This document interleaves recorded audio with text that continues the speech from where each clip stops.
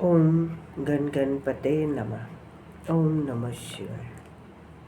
आध्यात्मिक इच्छा पूर्ति यात्रा में आप मेरे साथ चल रहे हैं और महाशिव पुराण की कथा सुन रहे हैं। 9वां अध्याय। ब्रह्मा जी बोले, हे नारद, भगवान सदाशिव की आज्ञा पाकर विष्णु कुछ देर पश्चात अंतर्ध्यान हो गए। उन्होंने संपूर्ण लोक को ब्रह्मांड से पृथक कर दिया।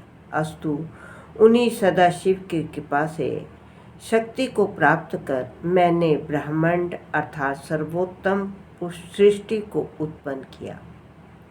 अब मैं तुमसे जीवों की उत्पत्ति का वर्णन करता हूँ।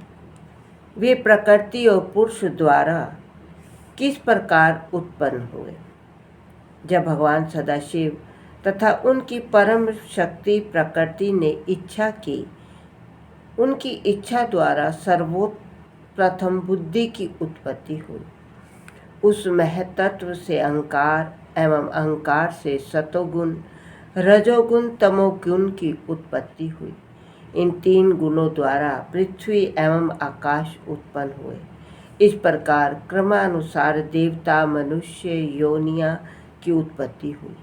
फिर मैंने भगवान सदाशिव के चरणों का ध्यान धरकर सर्वप्रथम सनक, सनंदन, सनातन, सनत कुमार एवं ऋषि ऋभु इन 5 मनुष्यों को उत्पन्न किया। वे सब भगवान सदाशिव का ध्यान धरने के अतिरिक्त और कुछ नहीं जानते थे। उन्होंने मुझसे ये कहा, हम लोग सृष्टि उत्पन्न करने का काम नहीं करेंगे।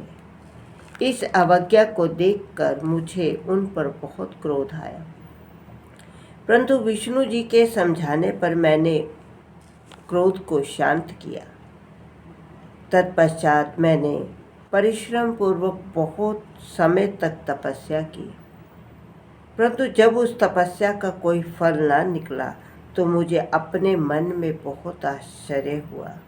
उस समय मैं भगवान सदाशिव की माया से भयभीत हुआ।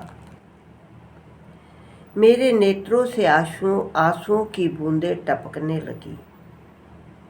इस प्रकार भगवान सदाशिव ने दयालु होकर मुझे सद्बुद्धि प्रदान की, जिससे मेरे हृदय में ये इच्छा उत्पन्न हुई कि यदि भगवान त्रिशूल पानी ही मेरे पुत्र होकर जन्म लें तो संपूर्ण कार्य स्वयं ही सिद्ध हो जाएंगे। इस बात को मन में रखकर मैं फिर बहुत समय तक योग समाधि में लीन हो गया।